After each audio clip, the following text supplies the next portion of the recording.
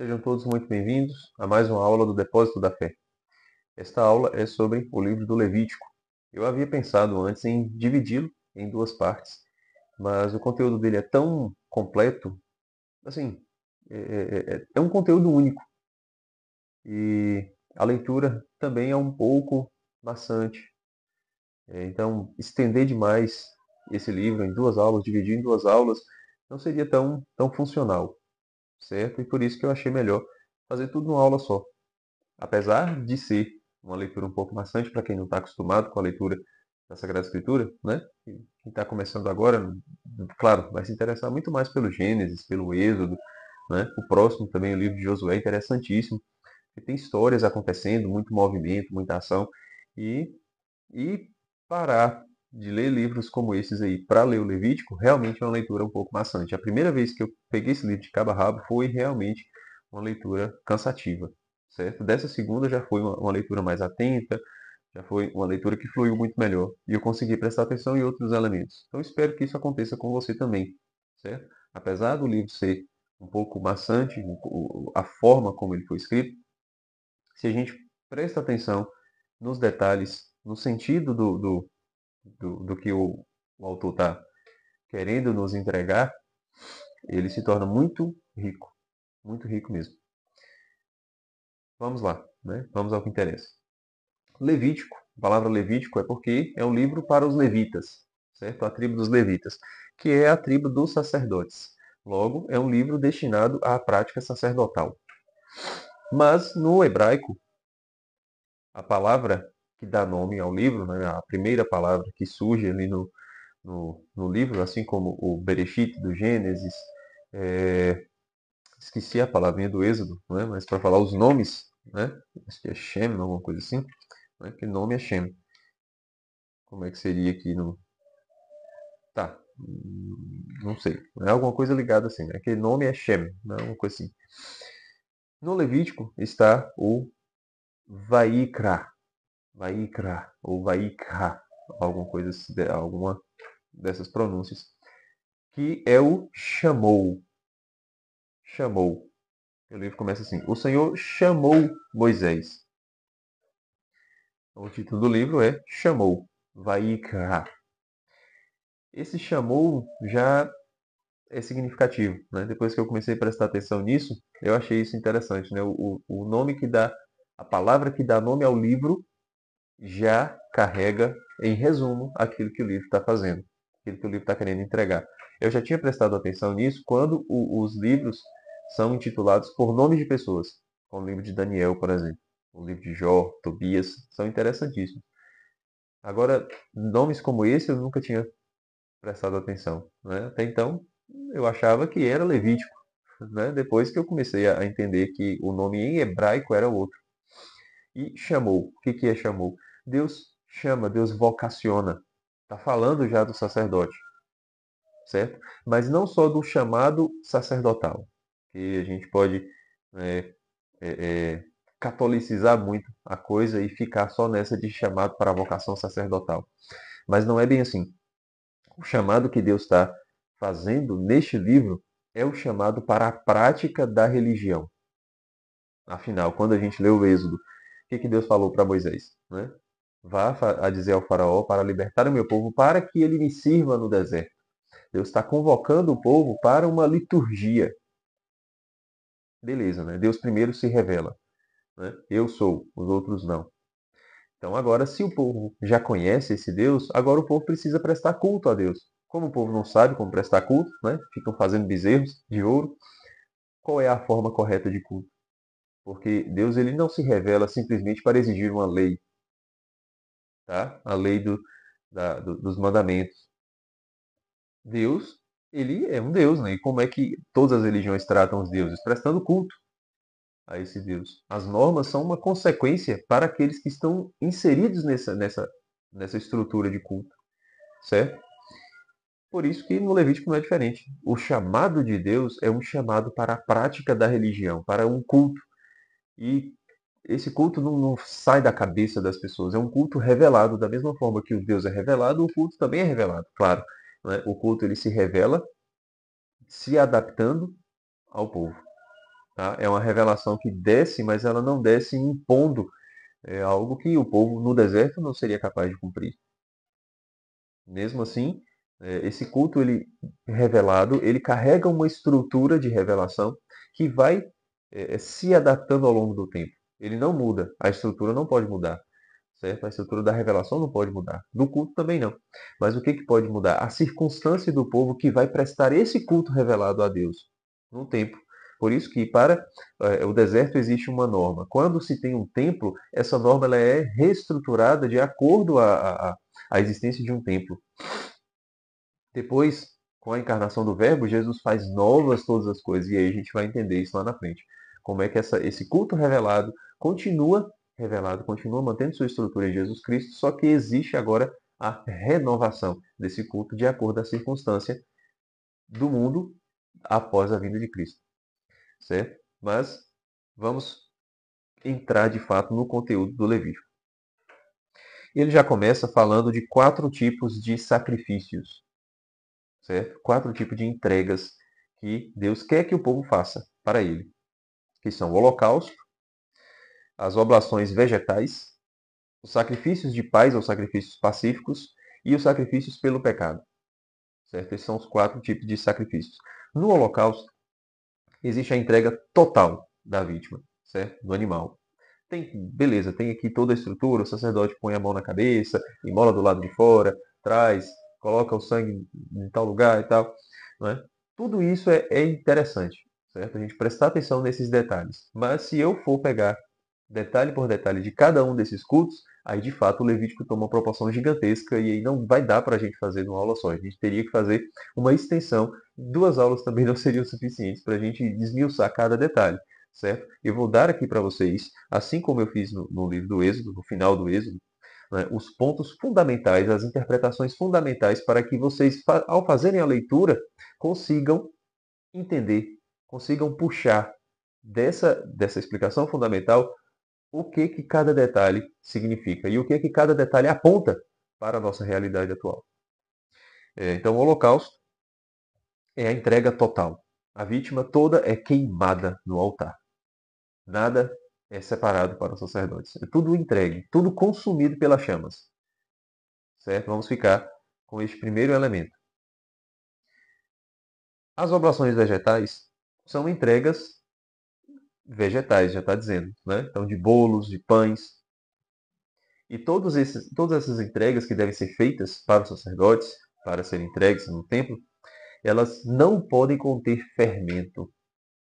Mas o que é interessante, sempre devem ter sal. E Deus deixa isso claro. Né? Capítulo 2, versículo 11. Nenhuma oblação que apresentardes ao Senhor poderá conter fermento. E aí no final, versículo 13, com todas as ofertas apresentarás sal.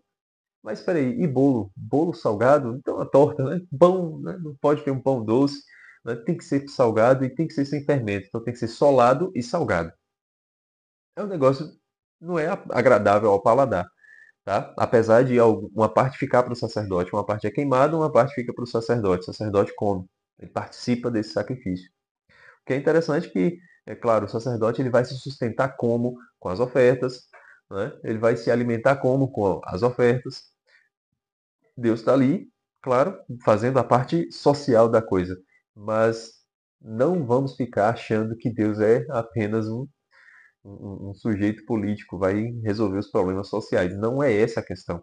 Toda a Sagrada Escrituras, ela tem um sentido espiritual, ela tem um sentido alegórico com o nosso tempo presente, com a encarnação do Verbo, e um sentido anagógico que nos aponta para uma realidade sobrenatural, certo? Então, por que não pode ter fermento e por que tem que ter sal? Esses 2 elementos, eles são opostos. O fermento, ele não faz só inchar, ele faz a coisa apodrecer.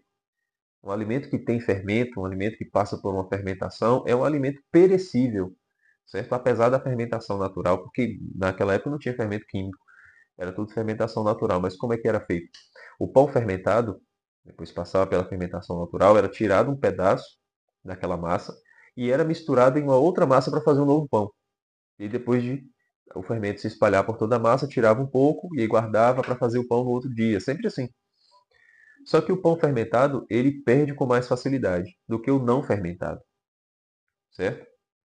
Até a bebida, né? Não conheço muito como é que é feita essa questão do vinho, sei por cima, né? Mas o que eu sei, que o vinho, quando ele passa pela fermentação, se ele ficar em contato com o oxigênio, né? Se ele não ficar ali fechado, isolado, ele vai apodrecer, ele vai perder, vai virar vinagre. Então, apesar da fermentação, ele passa por esse processo, né? Ele pode perder com facilidade. E o que é o sal? O sal ele não só dá sabor, né? Mas ele também conserva as coisas. Numa época onde não havia sistema de refrigeração, né? Geladeira, o que conservava o alimento? O sal. Então, o sal conserva e o fermento fenece, faz perecer. O que Deus está falando? Que as coisas que devem ser entregues a Ele e as coisas que Ele nos entrega, porque o sacrifício ele é duplo, tá? Ele é duplo. Ele não é apenas uma entrega do ser humano, mas é um sinal da entrega de Deus para o ser humano também. Afinal de contas, o sacerdote come das ofertas vegetais, ele participa, tá? Então, o que deve acontecer? A nossa entrega não pode ser perecível, não pode ser uma entrega pequena, fraca, uma entrega que vai passar, que vai acabar com facilidade. Ela deve ser uma entrega conservada durante toda a nossa vida. Devemos conservar essa entrega. É uma entrega de hoje, mas é uma entrega de hoje para sempre, até o fim, certo? Por isso o sal. É uma entrega de hoje, é o sacrifício de hoje, mas é um de hoje que deve ser conservado para que amanhã também haja a entrega de hoje. E não como um fermento, onde eu entrego e estou satisfeito. Né? Acabou. E amanhã? Né? Da mesma forma, a entrega de Deus. A entrega de Deus para nós é uma entrega com sal e não com fermento. Porque Deus ele não se dá de modo que já está satisfeito. Acabou, já está bom. Deus já se revelou, pronto. Né? O povo já sabe quem é o Yud He Vav He, acabou. Não. A entrega de Deus é constante, é perpétua. Ela não acaba. O que é interessante. Se a gente olha para trás, né, de onde a gente está, para trás, a revelação ela parece só ter expandido cada vez mais. Deus ele não simplesmente se revela, pronto, eu sou Deus. Não, ele se encarna. Ele não só se encarna, ele se entrega todo a nós. Corpo, sangue, alma e divindade. Ele não só se entrega, mas ele prepara para nós um lugar. Ele não só prepara para nós um lugar, mas ele vai voltar para nos buscar. Ele não só vai voltar para nos buscar, mas ele vai fazer com que a gente participe da sua vida divina, da sua natureza no paraíso. Parece que a coisa só cresce. A entrega de Deus, ela é constante. Ela está conservada. E cada dia parece aumentar. Ah, mas não é o fermento que incha? Sim, mas aqui não é a entrega que está aumentando, é o próprio Deus que está entregando mais. Certo? É o próprio Deus que está entregando mais. Então, esse é o sentido do sal e do fermento. Depois, os sacrifícios de paz. Nos sacrifícios de paz, uma parte também é destinada ao sacerdote. É o sacrifício pacífico, certo? E o sacrifício pelo pecado é em expiação. Uma parte é jogada fora, é queimada do lado de fora. Uma parte é entregue no altar e a outra é queimada do lado de fora. Então aqui, vamos lá. No sacrifício de paz, o sacerdote participa. O sacerdote também come. Antes ele comia só o vegetal, né? Nas oblações vegetais. Agora ele participa, ele come da carne do que é entregue. E no sacrifício pelo pecado, uma parte é queimada do lado de fora. Uma parte não é consumida dentro do altar, dentro da tenda, certo? Do lado de fora. O que essas quatro entregas, o que esses quatro sacrifícios falam para nós? Primeiro, o número 4. 4 é o número das possibilidades. Uma coisa que é 4 é uma coisa que abarca tudo, que não deixa brecha. Certo? Se ele abarcou tudo, essa entrega, esses tipos de sacrifícios entregues a Deus, são plenos. Eles não deixam brecha para que algo falte. Certo? Não tem nada faltando. E quando ele abarca 4 tipos diferentes, agora no Antigo Testamento, ele aponta para uma entrega, uma única entrega de Cristo que tem essas 4 finalidades. Cristo é consumido por inteiro. No alto da cruz, ele derramou todo o seu sangue ao ponto de jorrar água. Não tinha mais sangue para jorrar.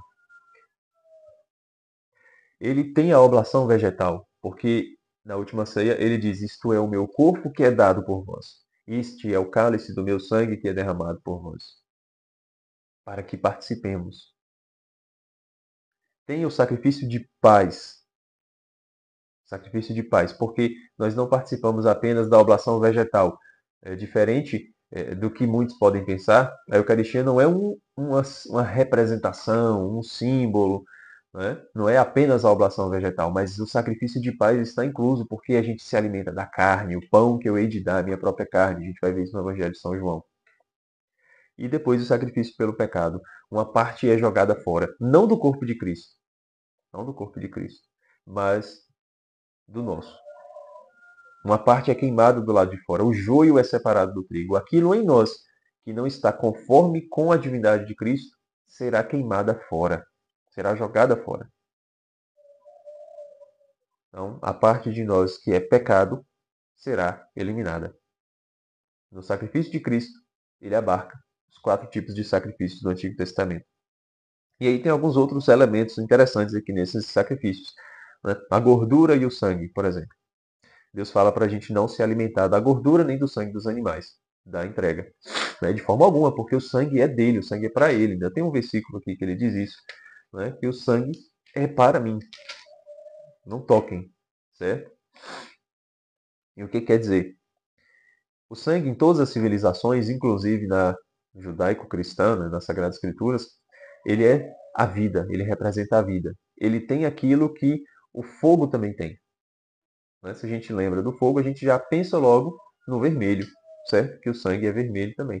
Apesar da chama ter várias colorações de acordo com a sua intensidade.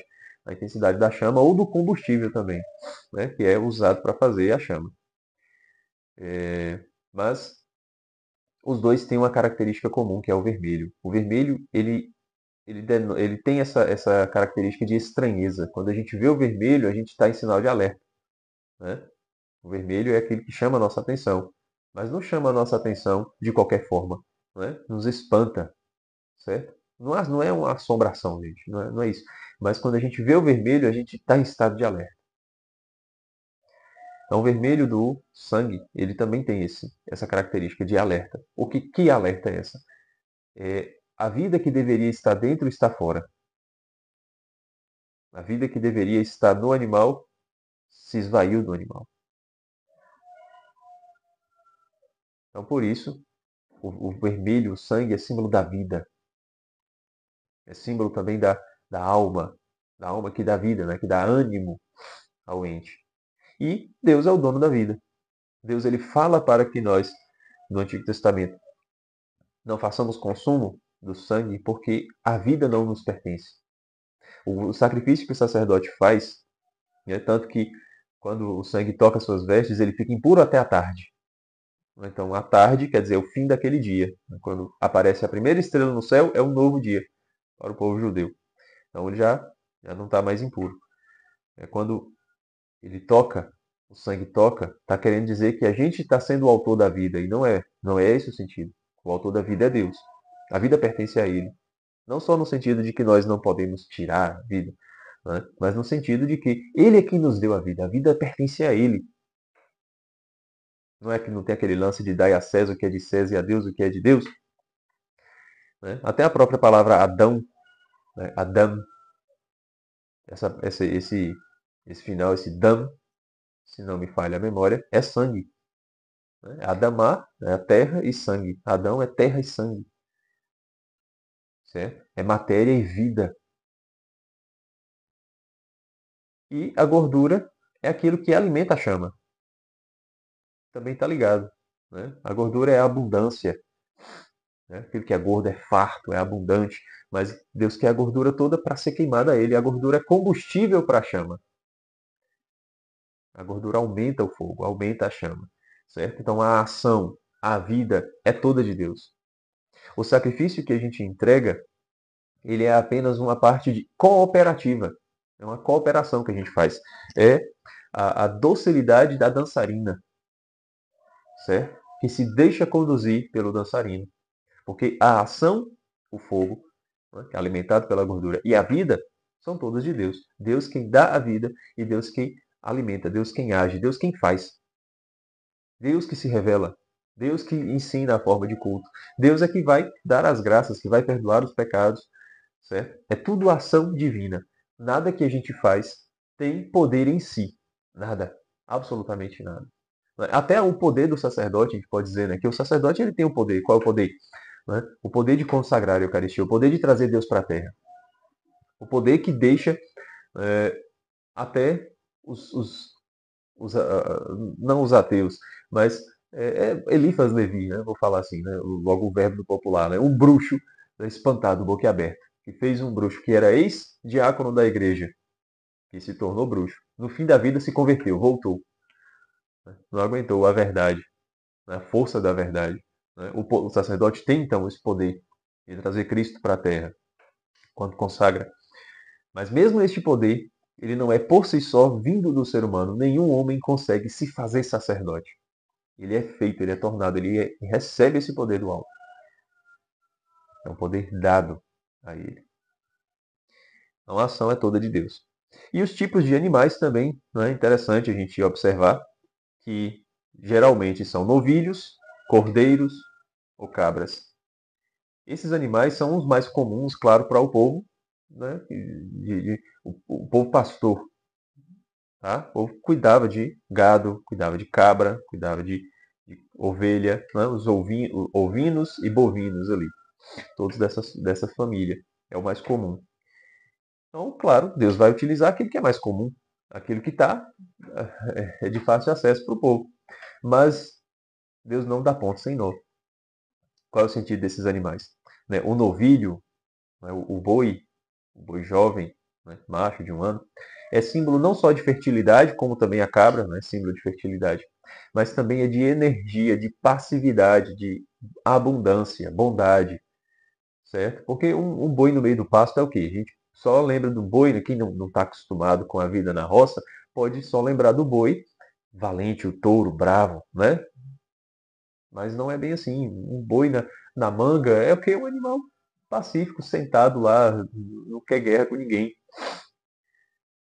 certo? Então tem essa abundância, né? O boi ele precisa de espaço, precisa de, de, de, de- de capim para comer, precisa de vacas, né, ao seu redor. Então é um bicho pacífico, é essa bondade, a bondade extensa.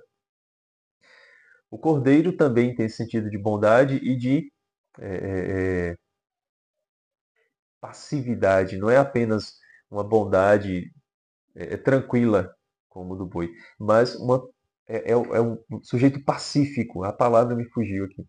A palavra me fugiu. Mas o cordeiro, ele tem o sentido de ser bom até demais. É o bicho que morre em silêncio. Ele não faz barulho, não faz escândalo quando ele está sendo imolado. Certo? E a cabra também, a cabra, ela é a fertilidade, símbolo de fertilidade. Em várias civilizações, a cabra é vista como símbolo de fertilidade. E não só de fertilidade, mas também, né, de sinal dos deuses, de presença bondosa dos deuses. Né? Foi uma cabra que amamentou Zeus na mitologia grega. A pele também da cabra é usada como sinal dos deuses celestes em algumas civilizações. Então, não só a fertilidade, mas a bondade dos deuses. Agora, não é não é apenas uma bondade que parte de nós, uma bondade pacífica, mas é uma bondade que vem do alto. Então, esses animais têm esses sentidos, certo? Daquilo que nós recebemos de Deus. Aquilo que nós entregamos é a parte animal. Aquilo que nós recebemos de Deus são os seus significados, essa bondade, essa abundância, fertilidade, paciência, compaixão, certo? Aquilo que nós entregamos é o símbolo e aquilo que nós recebemos é o seu significado. Depois desses 4 sacrifícios, nós vemos a consagração dos sacerdotes.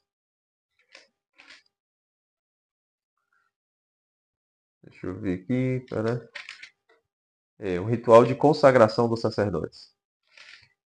Esse ritual de consagração é o momento que a gente vê Arão sendo lavado. Não é Moisés é que vai fazer todo o rito. Não é interessante. Não é Moisés é que vai fazer. Então ele lava os sacerdotes com água, veste o sacerdote, unge a tenda, né, depois de pronta, e depois, né, de ungir a tenda e os utensílios da tenda com óleo, ele vai ungir Arão, derrama óleo na cabeça de Arão. E depois disso, ele também vai fazer a consagração dos filhos de Arão. Primeiro foi o sumo sacerdote, depois os filhos, que são os sacerdotes menores. Esse rito, né, lava com água, coloca uma veste. Depois do local ser consagrado, consagra também o sacerdote. É bonito porque a gente vê algo parecido no sacramento da ordem, né, na ordenação dos sacerdotes, né, tanto padres quanto bispos. A ordenação de um bispo é algo muito bonito. Né? Tanto que eu vi pela primeira vez a ordenação de um bispo antes de ver a ordenação de um padre. Né? Achei muito bonita mesmo, muito significativa. Mas além disso, tem o homem, Arão, aquele que traz a luz, é lavado, lavado de seus pecados, de suas impurezas. É vestido com a veste batismal, é vestido com a glória de Deus. Depois, estando em local santo, ele também é santificado. Deus dá a ele o poder de ser de fato o portador da luz. O sacerdote tem todo essa carga, né? Purificado, é vestido em local santo, é santificado. E aí é interessante que depois, em seguida, acontece algo que chama a nossa atenção, que é o pecado dos filhos de Arão, dois filhos, né? Nadab e Abiú. O que eles fazem? Moisés consagra os sacerdotes, ensina eles o que devem fazer, tem o primeiro sacrifício, né? Depois de ordenado, a primeira missa, vamos dizer assim. E aí, Nadab e Abiú, eles vão ofertar, algo novo para Deus. Ah, então já sou sacerdote, então aqui vou fazer o incenso. Né? Na hora errada, na hora que não deveria ser feito, eles ofertam um incenso estranho. E aí o que acontece? Os dois morrem. Coisas que nos espantam. Né? A gente pode ficar assim, mas nossa, como assim? Por que Deus tirou a vida deles assim só porque eles ofertaram um sacrifício estranho diante de Deus? O pecado, né? de fazer o sacrifício na hora errada, de fazer a entrega de um incenso na hora errada. É para dizer, né, independente se foi verídico ao pé da letra, sim ou não. Lembremos que nossa visão da Sagrada Escritura é uma visão de mitologia revelada, certo? Se você caiu de paraquedas e estranhou, está vendo essa primeira aula aqui, né? Do Depósito da Fé, essa é a sua primeira. Estranhou essa expressão, mitologia revelada? Sugiro que você vá à primeira aula deste programa, certo? Depósito da Fé. Está aí na playlist, certo? Para você entender o que isso quer dizer. Então, se a gente olha como uma mitologia revelada, o que esse pecado de Nadab e Abiú quer dizer? Que as coisas sagradas, as coisas santas, elas são separadas para Deus. Não são qualquer coisa. Né? Não são qualquer coisa. Não são coisas profanas. Né? O que é o profano? O que está além do pano? Certo? É o mundo. O que é sagrado? É separado para adentrar o ambiente sagrado. Então, as coisas de Deus, elas não podem ser de qualquer jeito. Não podem sair da nossa cabeça. Certo? Está mostrando que a liturgia ela foi de fato revelada. Não pode ser adulterada. Não pode. Porque se há uma adulteração da liturgia, do rito, da revelação, das coisas santas, Deus vai fazer isso. Mas não do mesmo jeito que fez com Nadab e Abiú. Vai ser pior. Será com as nossas almas. Porque as coisas santas, elas devem ser separadas. Quando a gente olha para um mito pagão, a gente não estranha que quando um sujeito vê a aparência de uma divindade, né, Zeus, né, quando se mostra como ele de fato é, aquela pessoa não suporta o sagrado e morre. Né? Ah, então foi Zeus que matou? Não, foi a natureza humana que não suportou a grandeza da divindade. Aqui da mesma forma, a natureza humana ela não suporta a grandeza da divindade. E esse não suportar não é o ver, porque Nadab e Abiú eles não viram Deus, mas eles tentaram fazer o rito ao seu modo. Então eles não suportaram a grandeza da divindade dentro das suas cabeças. Eles não suportaram a grandeza de criar um rito, a grandeza de fazer algo separado, porque não é o homem quem faz, é Deus quem faz. O fogo e o sangue são de Deus. A ação e a vida são Deus quem dá. É Deus quem dá. Certo? É, versículos 8 a 10. Tá. Tem outra coisa interessante aqui, que Deus diz, capítulo 10, versículos de 8 a 10. Vou ler aqui. O Senhor falou a Arão: Não beberás vinho ou bebida inebriante, nem tu, nem teus filhos, quando entrardes na tenda do encontro, para que não morrais. É um preceito perene para as vossas gerações, para que saibais distinguir entre o santo e o profano, entre o puro e o impuro. E ensineis aos israelitas todos os preceitos que o Senhor lhes tem dado por meio de Moisés. Ah, então Deus está falando que a gente não pode beber bebida alcoólica. Não, Deus está falando para os sacerdotes porque a bebida inebriante, o que que o vinho ou as bebidas inebriantes, em outras traduções, né, a cerveja, vão fazer? Vão fazer com que ele não consiga distinguir o puro do impuro, o sagrado do profano. E o sacerdote ele tem o dever de ter esta consciência, certo? Mas o vinho a gente viu lá atrás que ele revela o que está no interior, né? O vinho ele tem essa função. Ele fez isso com Noé, ele fez isso com Ló. Para Noé foi bom, para Ló foi ruim. Por que, que o sacerdote ele não pode, né, colocar para fora o que está dentro dele? Não significa que está errado hoje o sacerdote fazer uso de um vinho, o vinho da missa, né, um vinho que realmente é alcoólico. E ele não vai poder consumir depois, né, o vinho consagrado na hora de purificar os vasos. Não é o sentido da bebida propriamente, mas o sentido do que a bebida faz com o sacerdote. O sacerdote é aquele que está dentro da tenda do encontro, aquele que é o mediador, o portador da luz. Ele não pode revelar-se. O culto que ele organiza, que ele ministra, que ele preside, não é dele. Não é ele que deve estar em evidência. Porque ele precisa distinguir o puro do impuro, o sagrado do profano, o que é de Deus e o que é ele. O que é o profano aqui nesse sentido? É ele, certo? Não é Arão quem deve aparecer, mas Yud He Vav He, certo? Então não é a missa do seu fulano, é a missa da igreja. Esse é o sentido, não pode botar para fora o que está dentro, certo? Ele não pode aparecer no rito, ele não pode aparecer no culto. Ele se esconde para que Deus apareça. O portador da luz não chama atenção para si.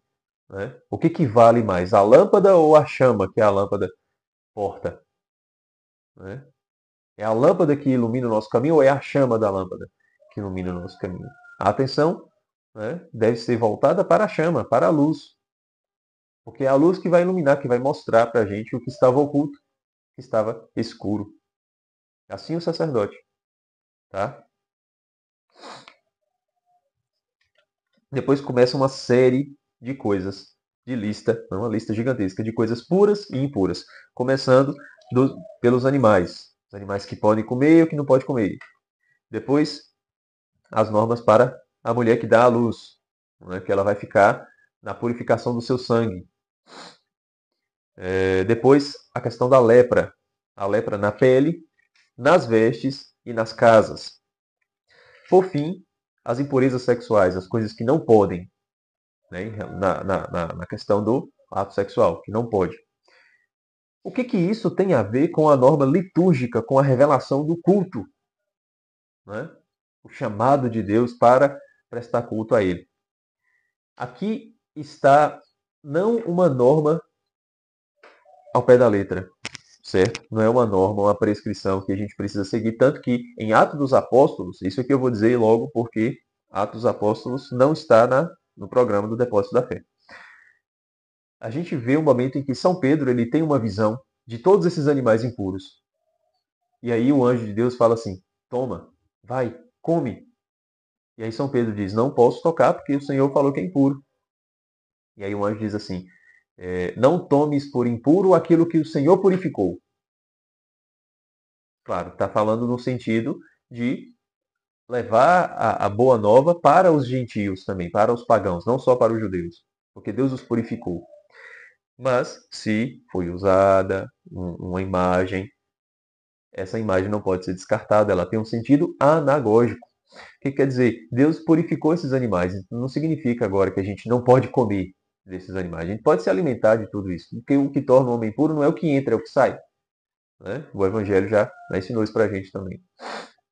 Logo, essas normas aqui, claro, tem coisas que a gente precisa ter bom senso, né? Quando fala-se de questões sexuais e tal, coisas imorais, né? Não quer dizer que está tudo liberado, gente. A gente precisa ter bom senso. A Sagrada Escritura também tem um sentido moral para nos ensinar aquilo que é o correto, aquilo que deve ser feito. Mas no sentido de que uma pessoa que está com lepra, ela vai ser afastada do povo, ela não pode ser cuidada pela medicina, né? Pelo amor de Deus, né? Não é esse o sentido. Então quer dizer, um animal, eu não posso consumir um animal só porque ele não rumina nem tem o casco fendido. Né? Então não posso comer carne de porco. Né? Qual o problema de se alimentar? Né? Não tem nada. O problema não é esse. O problema é o sentido. Qual é o sentido de terem esses tipos de normas de pureza e impureza num livro de liturgia? É o livro dos Levitas. Aqui, Deus está ensinando que o homem ele precisa ser santo. Tanto que culmina, depois que passa todas essas normas aqui, culmina na lei da santidade. Né? Primeiro tem o dia da expiação, o dia da festa da expiação, que não é apenas um sacrifício pelo pecado que deve ser feito, porque esses aí podem ser feitos de acordo com a necessidade, o pecado do sacerdote, o pecado do povo, mas existe o dia da expiação, o dia em que, o Yom Kippur, o dia em que todo o povo vai para celebrar o perdão dos pecados junto, certo? E depois vem a lei da santidade, a exigência de Deus ser de santos como eu sou o santo. Quer dizer que esse conjunto dessas normas de pureza e impureza significam, mostram que o homem que caminha com Yud He Vav He, o homem que caminha com o Deus revelado, o homem que está inserido na prática da religião revelada, ele precisa da santidade. Que santidade é essa? Não estou falando ainda de santidade tal como nós conhecemos agora após Vaticano II, certo? Isso aqui é assunto para outro momento. Que tipo de santidade é essa? É a santidade das coisas. O que é uma coisa santa? É uma coisa separada para Deus. Logo, as pessoas precisam ser separadas para Deus. Então, separar o puro do impuro. Primeiro, os animais. O que o homem não pode comer? É o alimento, certo? Pureza do alimento. O alimento é aquilo que é inserido no nosso organismo e se torna a gente. A gente assimila os alimentos que a gente come. Né? Então, se, sei lá, a gente come um pedaço de pão de manhã, à tarde, o pão ele já não é mais pão, ele é a gente. Ele foi assimilado em nossa natureza.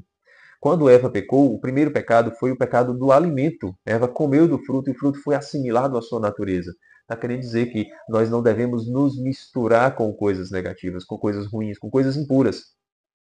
Certo? Esse é o primeiro elemento. O homem não deve assimilar à sua natureza hábitos ruins. Em seguida, a mulher que precisa se purificar do seu sangue depois do parto, porque fica tendo um fluxo. Né? Agora, imagine na época antiga, onde as vestes das mulheres eram diferentes, os produtos de higiene eram diferentes. Né? É lógico que quando a mulher estava no seu ciclo, no período menstrual, ou estava no sangue do parto, né, ali no resguardo, né, alguma coisa ficava evidente. Né? E era constrangedor para a mulher aquilo. Né? Logo, essa lei de se preservar, de se guardar, né, fazia até bem para ela. Né? Era uma coisa constrangedora, a mulher estar andando e simplesmente, né, mostrar, né, ter o sinal ali do que está acontecendo com ela. Então, claro, preservá-la dessa vergonha, né, até que se exista produtos de higiene para poder, né, Hoje ninguém sabe, né? Quando está na rua a mulher, né? Tá assim, ninguém sabe, né? Tá tudo muito mais limpo hoje. E aí o que que acontece? Essa lei é referente ao parto, primeiramente, certo? Primeiramente ao parto. Então a mulher que dá à luz, ela tem um fluxo de sangue correndo, né? Passando. E o que que é o sangue? A vida que está se esvaindo, a vida que está saindo, a mulher que deu vida e que está perdendo vida. Primeiro, a gente não pode se misturar com o negativo. E segundo, a gente não pode, né, perder a nossa vida. Não pode deixar a vida se esvair. A gente tem que guardar a nossa vida, certo? Preservar a nossa vida para Deus, guardá-las para Deus. Depois a lepra, aquilo que mancha. Aquilo que mancha. O que que é a mancha da lepra que surge como consequência daquele que não tem o resguardo dos alimentos, nem o resguardo da vida? O que que vai acontecer? Aquilo vai reverberar, vai transbordar no seu corpo. Certo? Então o corpo começa a mostrar as manchas, ou as vestes, ou as casas. Então essa lepra é o sinal daquele mal que já está enraizado, de modo que ele já começa a aparecer de forma evidente. É o sujeito que pratica o mal. É o sujeito que faz o mal, que realiza o mal, que opera, certo? Por isso a lepra que explode na pele, que explode nas vestes, é o mal que se espalha. É o mal de um sujeito que pode passar para outro sujeito. Uma má influência, uma casa com lepra. Mas o que é uma casa com lepra? Não é uma casa que está mofando, né? Roupa mofada, uma casa mofada. Né? É um ambiente profano. Quando a gente deixa o ambiente sagrado para habitar o ambiente profano. Essas coisas devem ser evitadas. Essas coisas devem ser evitadas. Claro, o primeiro sinal é não se misturar com o ruim. Não começar a criar hábitos ruins. Preservar a sua vida para Deus. E se chegou no ato extremo, essa pessoa deve ser afastada. Essa roupa deve ser queimada. A casa deve ser purificada. Né? Arranca a lepra, joga fora. Então, a coisa é mais extrema. Uma ação ruim, um ambiente ruim, uma má influência, ela deve ser afastada. Aquele que quer caminhar com Deus, que é chamado, né, Levítico, né, que é chamado para prestar culto a Deus, precisa se afastar dessas coisas. A norma não é para a igreja agir contra essas coisas, mas para que o próprio sujeito haja contra essas coisas. Separe o puro do impuro, se preserve para Deus. E aí por isso vem o dia da expiação. Aquele que desviou do caminho precisa do perdão. Aquele que não conseguiu preservar, aquele que não conseguiu se separar, né, do ruim, teve a mancha da lepra, enfim, precisa do Yom Kippur, a purificação geral. E em seguida, depois da purificação geral, o dia da expiação, né, que tem um rito até interessante, né, uma cabra é separada para Deus e a outra é levada para o deserto, para Azazel. Né? É a separação do joio e do trigo, é a separação de Caim e Abel, da cidade de Deus e da cidade dos homens. É o momento em que o homem toma consciência de que ele de fato precisa voltar da cidade dos homens para a cidade de Deus, da descendência de Caim para a descendência de Sete, da descendência de Cã para a descendência de Sem. É a separação. Um é entregue a Deus e outro é destinado à sorte no deserto. E aí vem a lei da santidade. O que é a lei da santidade? É outras normas, são outras normas ainda mais ferrenhas, ainda mais atentas, como mandamentos mesmo, para que, capítulo 19, sede santos, como eu, vosso Pai, sou santo. Sede separados para mim, como eu me separei, como eu saí de mim, saí da minha luz inacessível para vós, como eu sou o santo, como eu sou separado do mundo. Eu criei o mundo, dei o mundo para vocês, mas eu sou outra coisa, eu sou de fato, enquanto as outras coisas não são. Né? Sejam também. Se separem da mundanidade. Tomem consciência de sua individualidade. Essa é a primeira santidade. Né? Depois a coisa toma uma proporção diferente de Jesus Cristo. Coisa mais abundante. Certo? E aí, essas normas, né, do capítulo 17 até o fim assim, né? Até começarem as normas das festas. Certo? Que é ali o quê? Capítulo 22. Né? De 17 a 22. De 23 em diante começam as festas. O que essas normas dizem? Elas são contra a idolatria, a desobediência e o adultério. Eu falei que a gente ia falar melhor sobre essa questão do adultério e nós vamos voltar nesse assunto, só que eu já vou abrir as portas para que vocês entendam o que quer dizer. Deus está combatendo a idolatria, o culto a outros deuses, a desobediência, a norma, né, que precisa obedecer, e contra o adultério, certo? Não cometerás adultério. E aí fala, né? Ah, não pode se deitar com a tia, com a irmã do pai, com não sei quem, com animal, com outro homem, como se fosse mulher, enfim. Todas essas normas, elas giram em torno de uma coisa só. Uma coisa só. Deus é um Deus ciumento. Deus, ele nos quer para ele. E se ele nos quer para ele, a gente precisa obedecer essa norma, que é não ter outros deuses. A principal, não ter outros deuses. Deus é um só. Como é que nós vamos ter um Deus só? Não cometendo adultério. Essa imagem de casamento e adultério, ela é recorrente na Sagrada Escritura, porque o relacionamento do ser humano com o sagrado, ele passa por todos os tipos de relacionamento possível. Temos aí o relacionamento de família, pai e filho. Deus é nosso pai, nós somos seus filhos. Existe um relacionamento de amizade, né? De amizade, de parceria, porque, convenhamos, né? A amizade é diferente de família. Né? Com um amigo a gente se abre, a gente conversa de intimidade, a gente quer passear, a gente quer estar junto. Família, às vezes a gente suporta, né? Às vezes a gente tem uma certa intimidade, chega na adolescência, o filho não quer mais saber de amizade, de muito carinho, de muito aconchego com pai e mãe. Né? E aí tem uma terceira imagem, que é o casamento, o matrimônio. O que é o casamento? É o ápice do relacionamento. Tá, tudo bem que às vezes a gente pode até se abrir melhor, né? Conversar melhor com um amigo, com um parceiro, do que com um cônjuge. Mas no casamento existe algo que separa todo tipo de relacionamento. Você pode se deitar com o seu cônjuge, você dorme junto com o seu cônjuge, você é uma só carne. Vocês dormem num único altar, juntos, como se fossem uma coisa só. E não existe esse tipo de união em outros tipos de relacionamento. Não há. Certo? A união dos corpos é símbolo de união das almas. É quando dois se tornam um, mesmo continuando sendo dois. A imagem de matrimônio é a imagem plena do relacionamento do homem com o divino.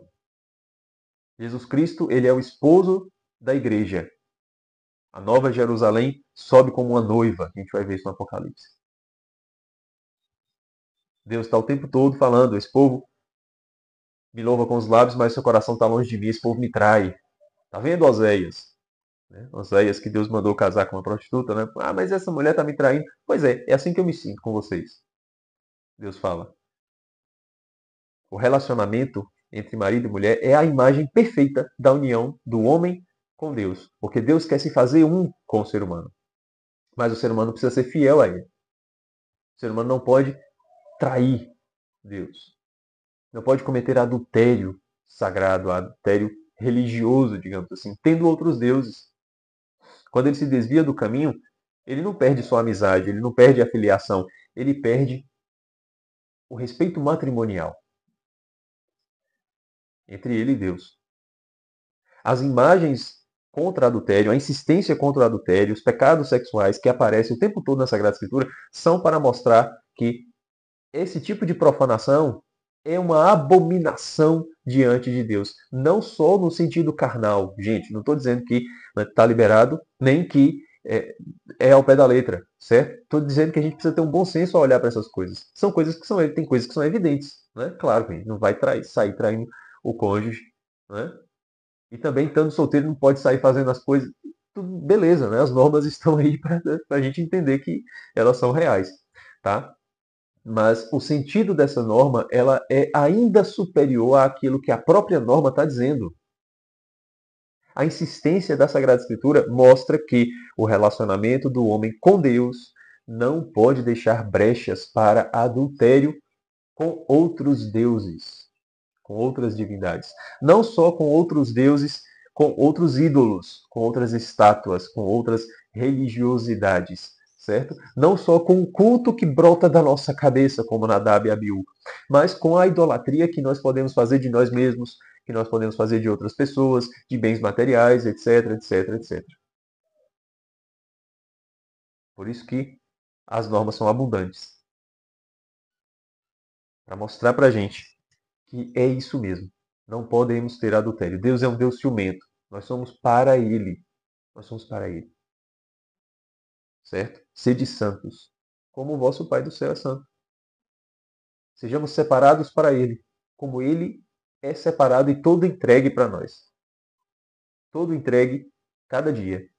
E de novo, como uma oferta entregue com sal e não com fermento. Como aquele que é a chama e que é o sangue. A ação que vem, é a vida que vem, que nos dá o significado do boi, do carneiro, da cabra, a bondade, a passividade, a misericórdia, a fertilidade. Nossa entrega é mínima, a dele é máxima. Portanto, não cometamos adultério divino, adultério sagrado, profano, né? Digamos assim. E aí, por fim, vem a norma das festas litúrgicas. A explicação do sábado, a festa da Páscoa, a oferta das primícias, o Pentecostes, a festa do sétimo mês, o dia da expiação, a festa das lâmpadas, das tendas, o ano sabático e o ano jubilar. Todas essas festas, beleza, precisam ser celebradas. Mas quando Deus ensina que o homem ele precisa celebrar no tempo, não é só no espaço. Né? Não é só no espaço, não é só na tenda, não é só a entrega material. Mas existe o tempo sagrado. Ele está inserindo ali no tempo humano aquilo que o ser humano precisa parar para prestar culto a Deus. Não é só no espaço, é também no tempo. Certo? As festas elas também têm um caráter diferente das festas pagãs. Existe a festa da colheita, né? Um pouco ali parecido com a festa de Pentecostes, digamos assim, né? Pentecostes do Levítico, tá? Do Levítico, não é o nosso Pentecostes. O nosso Pentecostes é a realização plena daquilo que foi a imagem do Pentecostes revelado no Levítico, certo? Mas beleza, então a festa das colheitas, né? O que o povo pagão celebrava? Né? Tirava uma parte para a divindade, comemoração daquilo que a divindade deu para eles.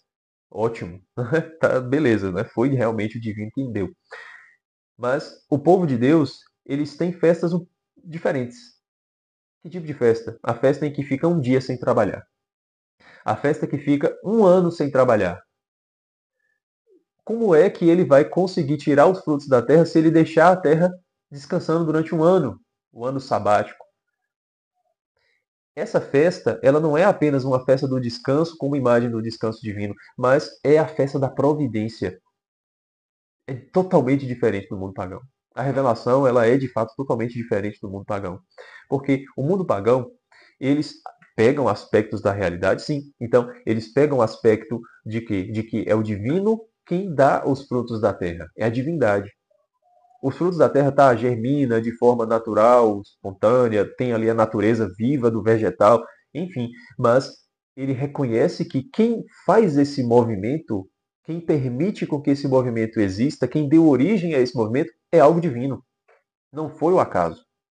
Ótimo, os pagãos estão corretos, estão cobertos de razão quando pensam dessa forma e separam algo para a divindade. Mas eles não reconhecem algo da divindade, está faltando. Aquilo que a divindade fala de si. Eu não só criei esse movimento, eu posso fazer e desfazer na hora que eu quiser. E por isso temos um ano sabático onde os judeus ficam um ano inteiro sem produzir na terra e a terra continua dando alimento para eles. A terra descansa da mão do homem, mas Deus não descansa. Deus continua nos dando as provisões necessárias para aquele ano. É incrível, incrível o negócio esse. O ano jubilar.